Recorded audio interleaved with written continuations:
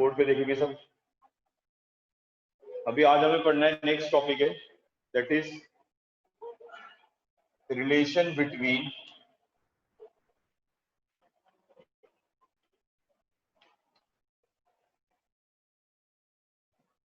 Current and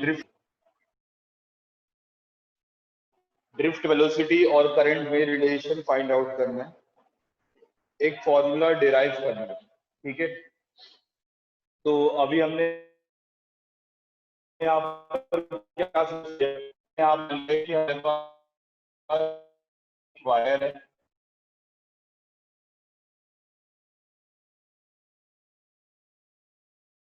copper की, silver की, कोई भी मटेरियल हो सकता है। ठीक है, सब इसकी लेंथ है और जो ए है इसका क्रॉस सेक्शन एरिया है, और हम इसको क्या कर रहे हैं, एक V वोल्ट के सेल से कनेक्ट कर रहे हैं। ठीक, अब ये जो मैंने वायर मानी है, ठीक है, ये वायर जिस मटेरियल की बनी है उस मटेरियल की मैंने n नंबर डेंसिटी मान ली है। क्या मान लिया मैंने, let small be the number density of free electron. ठीक है, स्मॉल एन क्या माना है मैंने, स्मॉल एन माना है मैंने number density of free electron. Number density of free electron का क्या मतलब होता है, number density of free electron का मतलब ये होता है कि कितने नंबर ऑफ फ्री आ रहे हैं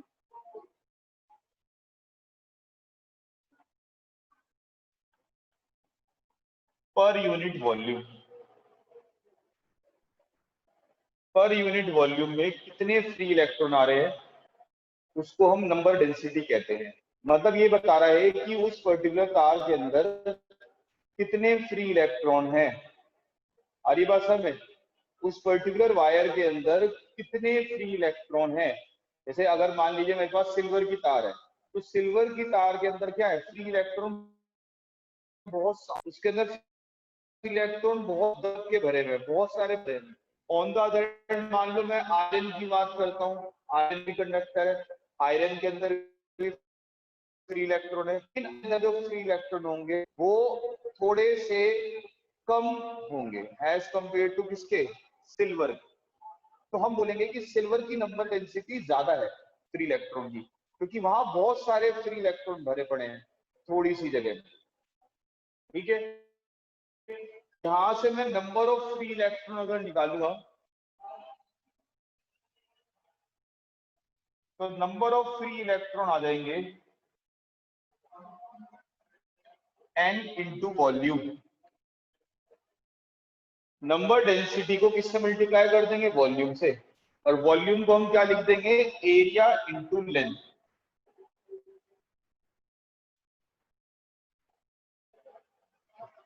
वॉल्यूम को क्या लिख देंगे हम, एरिया इंटू लेंथ। तो ये मेरे पास नंबर ऑफ फ्री इलेक्ट्रॉन का फॉर्मूला आ गया, n इंटू ए इंटू एल। n क्या है, नंबर डेंसिटी, a क्या है, क्रॉस सेक्शनल एरिया, l क्या है मेरे पास, लेंथ। अब मेरे को पता है I का फॉर्मूला होता है Q by T. What is current, current is rate of flow of charge. अब Q क्या होता है, Q होता है number of free electron into E upon E। Number of free electron का फॉर्मूला क्या होगा, N इंटू ए इंटू एल।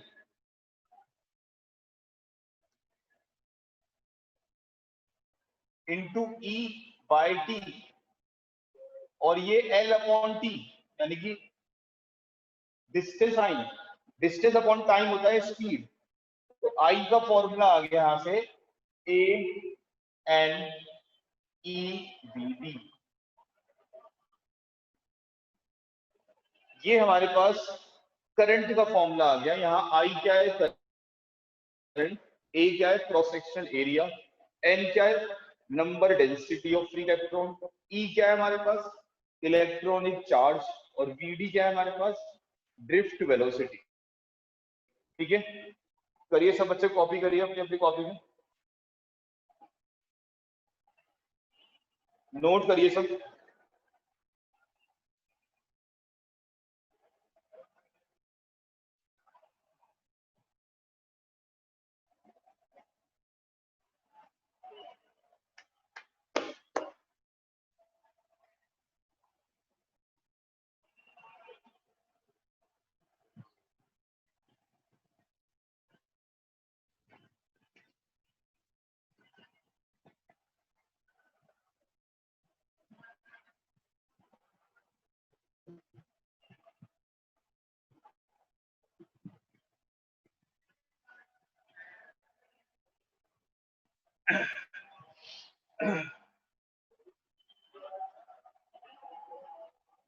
सब बच्चे कॉपी करें।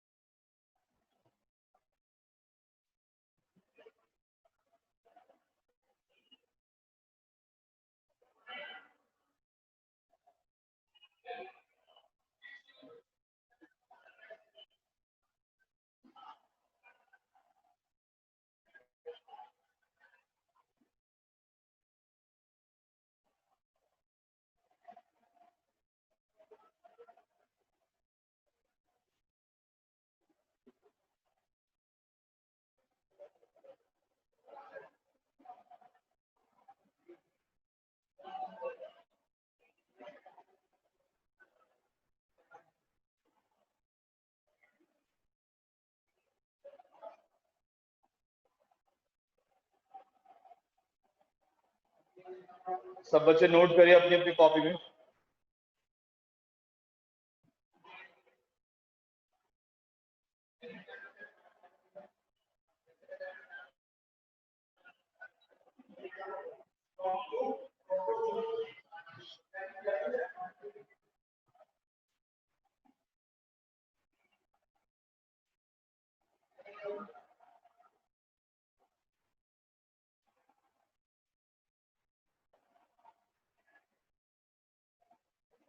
सबने नोट कर लिया बेटा?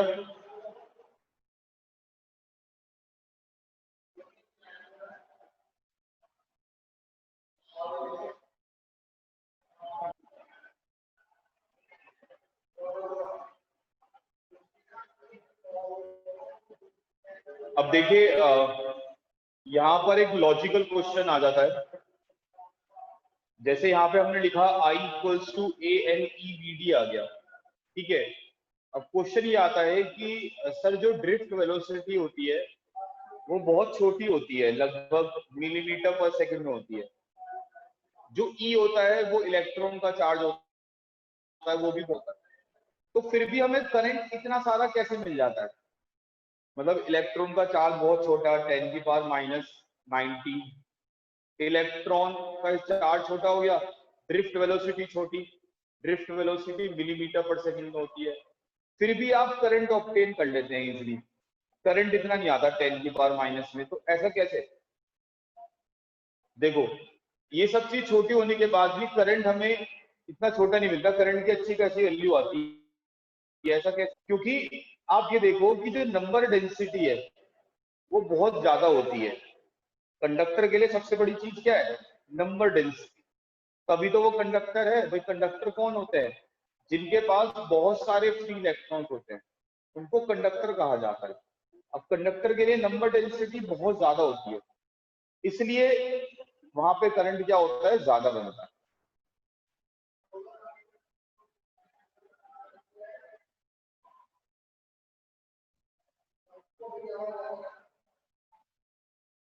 नेक्स्ट देखते हैं।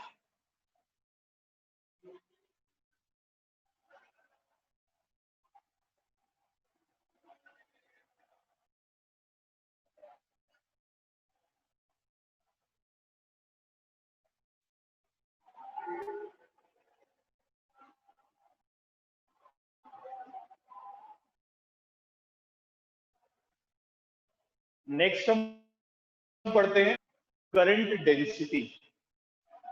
What is current density?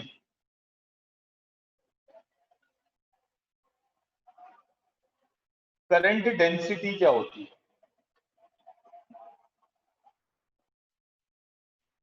Current density को हम जे से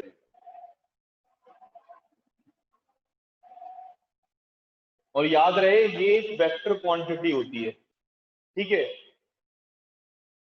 करंट को हम लिखते हैं current flowing per unit cross section area. Per unit cross section area में कितना करंट फ्लो कर रहा है, that is called current density.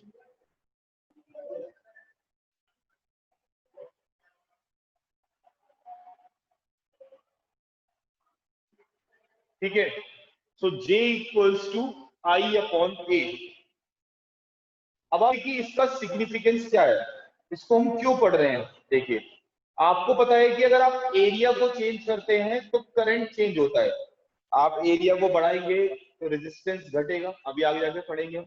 और रेजिस्टेंस अगर घटता है तो करंट बढ़ता है।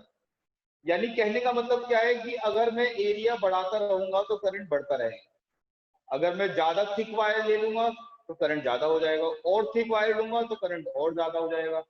लेकिन क्या थिक वायर लेना है, क्या थिक वायर लेना सॉल्यूशन है किसी चीज का? इतनी मोटी मोटी तारें हम कैसे लगाएंगे, कैसे हैंडल करेंगे? क्योंकि वायर अगर हम थिक लेते रहे तो वायर का वेट भी बढ़ता रहेगा। अब इतनी हैवी वेट की वायर्स हम कहाँ पे कनेक्ट करेंगे, कहाँ पे उन्हें कनेक्ट करेंगे, कहाँ पर उन्हें टंगाएंगे, कैसे करेंगे? कहने का मतलब ये है कि एरिया बढ़ाने से करंट बढ़ता है, लेकिन हम नहीं चाहते कि हम एरिया को बढ़ाएं। हम बिना एरिया को करंट को इंक्रीज करना चाहते हैं। तो जब आप ये चाहते हैं कि बिना एरिया बढ़ाए कंडक्टर को इंक्रीज करें, दैट मीन्स आप करंट डेंसिटी को इंक्रीज करना चाह रहे हैं। जितनी ज्यादा करंट डेंसिटी होगी उसका मतलब ये होगा कि कम एरिया में ज्यादा करंट फ्लो कर रहा है, कम एरिया में ज्यादा करंट फ्लो कर रहा है। तो J equals to I upon A होता है the current flowing per unit cross section area is called current density. अब मैं यहाँ पे आई की जगह क्या कर सकता हूँ, आई का फॉर्मूला यूज कर सकता हूँ, that is A N E B D upon A से कैंसिल आउट हो जाएगा, तो J equals to N E B D. तो ये हमारे पास आंसर आ गया करंट डेंसिटी का।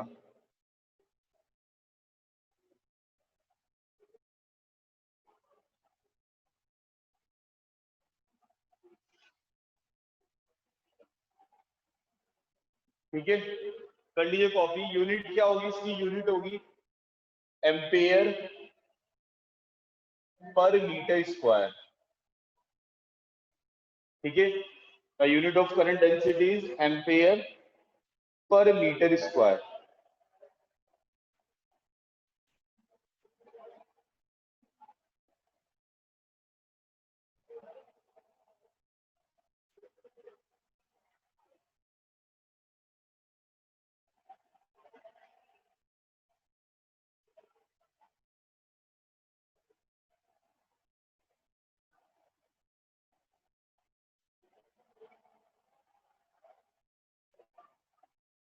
कर लीजिए बेटा, सब कॉपी करिए जल्दी से। सबने कर लिया कॉपी? चलिए नेक्स्ट देख। Next is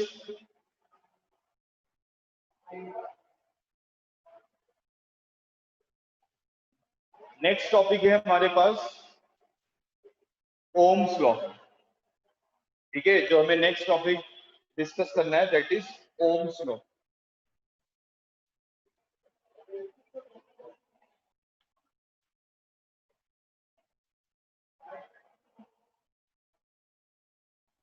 Ohm's law, Ohm's law में क्या बताया गया ये समझना है हमें।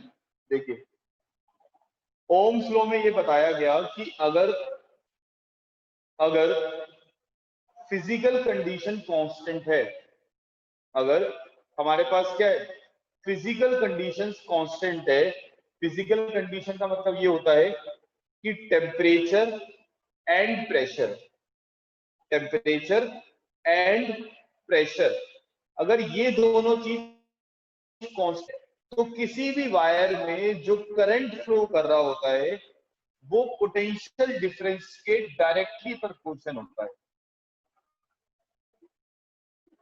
किसी भी वायर में जो करंट फ्लो कर रहा होगा वो पोटेंशियल डिफरेंस के डायरेक्टली प्रोपोर्शनल होगा। दैट मींस जितना ज्यादा आप पोटेंशियल डिफरेंस अप्लाई करेंगे उतना ज्यादा क्या होगा, उस वायर के अंदर करंट फ्लो करेगा। जैसे मैंने आपको फ्लो करने का बात सिखाई थी, तो मैंने आपको बॉटल का एग्जांपल लेके बताया था।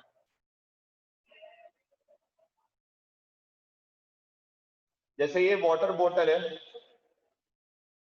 ठीक है, आप अगर इसको ऐसे करके टिल्ट कर देंगे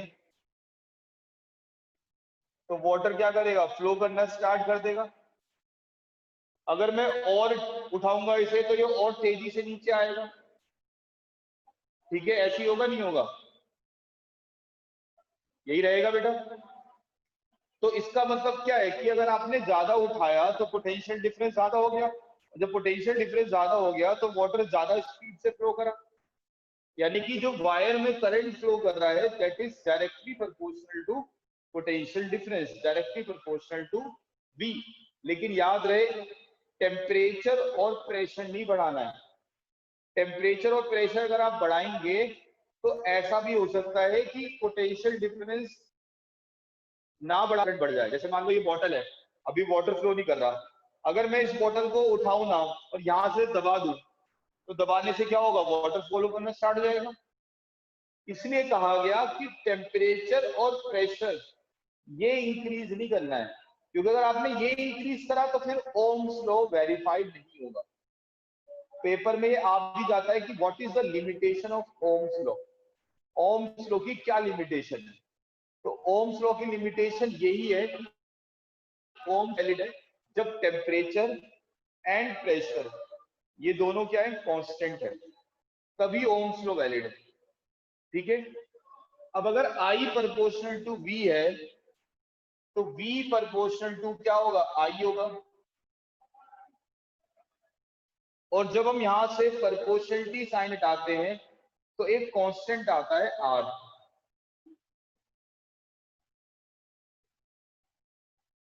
that R is called resistance. So R equals to V upon I।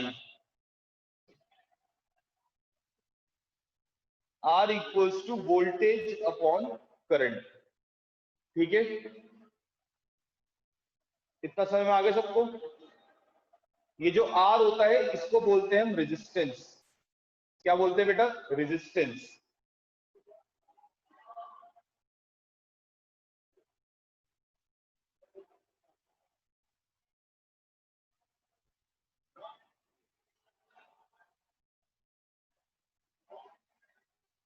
अगर मैं VI ग्राफ ड्रॉ करूंगा, अगर मैं यहाँ पे Y एक्सिस पे वोल्टेज मार्क करता हूँ, X एक्सिस पे करंट मार्क करता हूँ,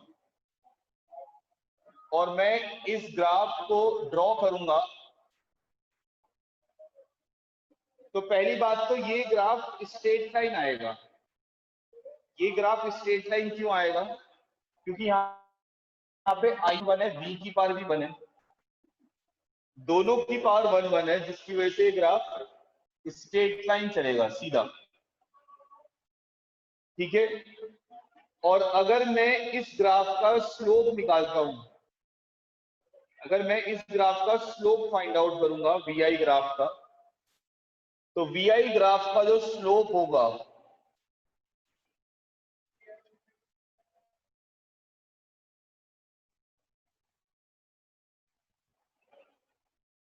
VI ग्राफ का स्लोप हमें क्या प्रोवाइड करेगा, रेजिस्टेंस।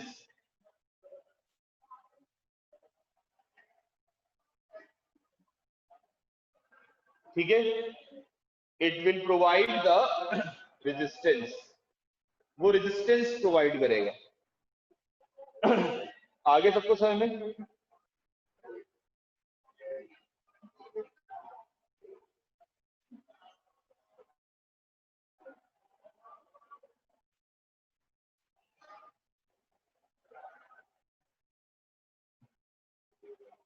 डन।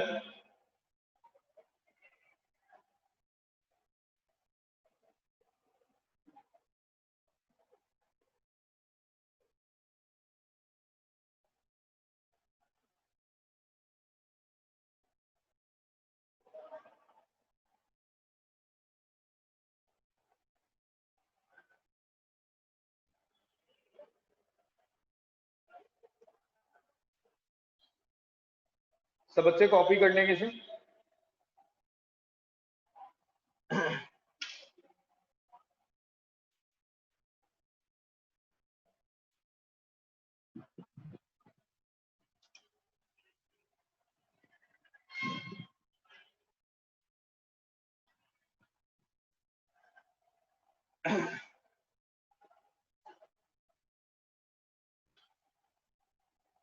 कॉपी करिए बेटा सब।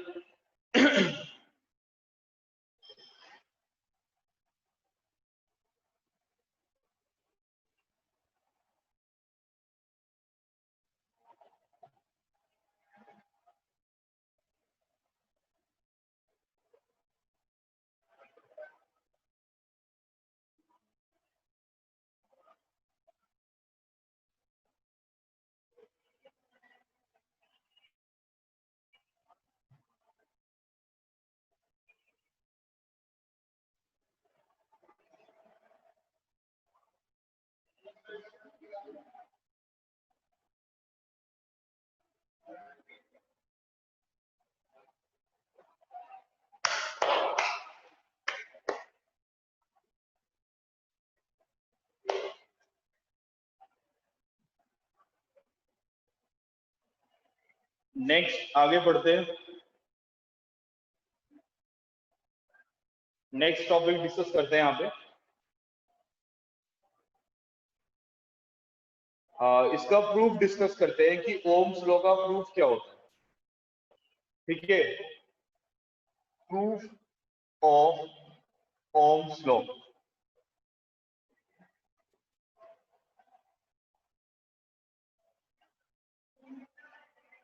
ओम्स लॉ का प्रूफ क्या है देखें। पहले आप ये देखिए कि हमने एक फॉर्मूला पढ़ा था अभी कुछ टाइम पहले ही, 5-10 मिनट पहले एक फॉर्मूला पढ़ा था, I equals to A N E V D होता है। ये फॉर्मूला पढ़ाया था मैंने आपको करंट का। अब यहाँ पे आप BD की जगह BD की वैल्यू पुट कर दीजिए, दैट इज ड्रिफ्ट वेलोसिटी। तो ड्रिफ्ट वेलोसिटी अगर हम रख देंगे तो यहाँ आ जाएगा AN E capital V M into tau. ये मैंने क्या करा, ड्रिफ्ट वेलोसिटी की वैल्यू पुट कर दी यहाँ पर।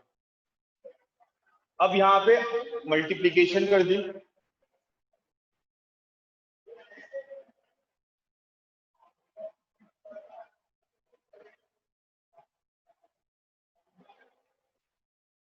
तो ये आ गया।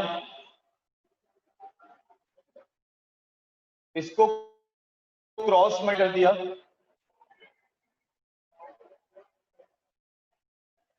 तो ये आ गया।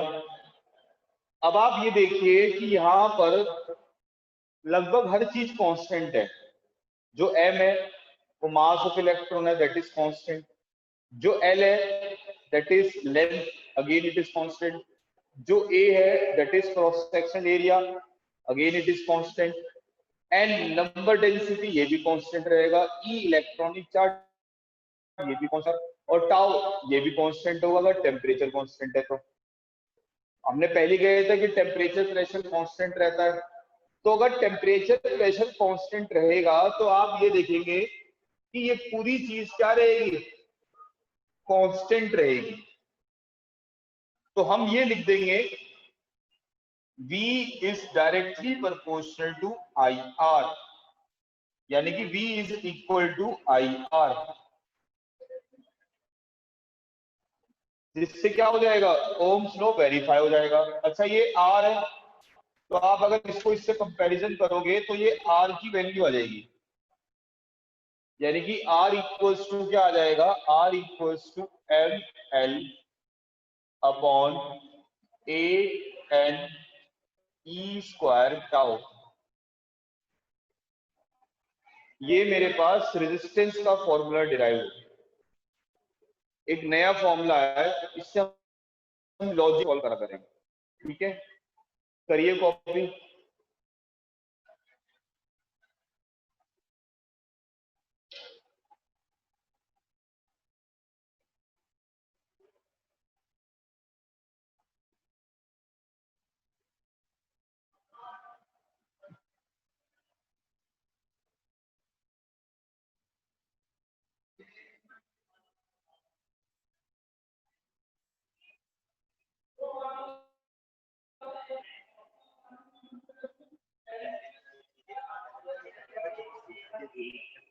उसके बाद फिर उतनी ही देर का वीडियो में बनाऊंगा।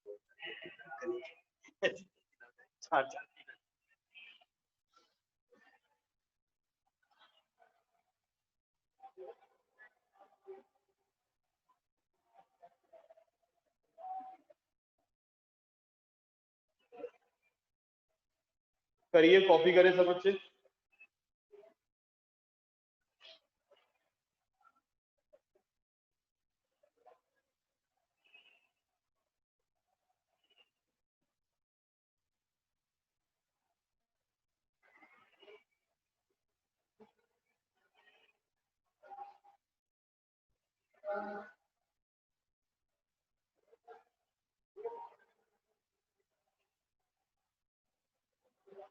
चलिए आज इतना ही पढ़ लेते हैं, बाकी फिर हम नेक्स्ट क्लास में डिस्कस करेंगे।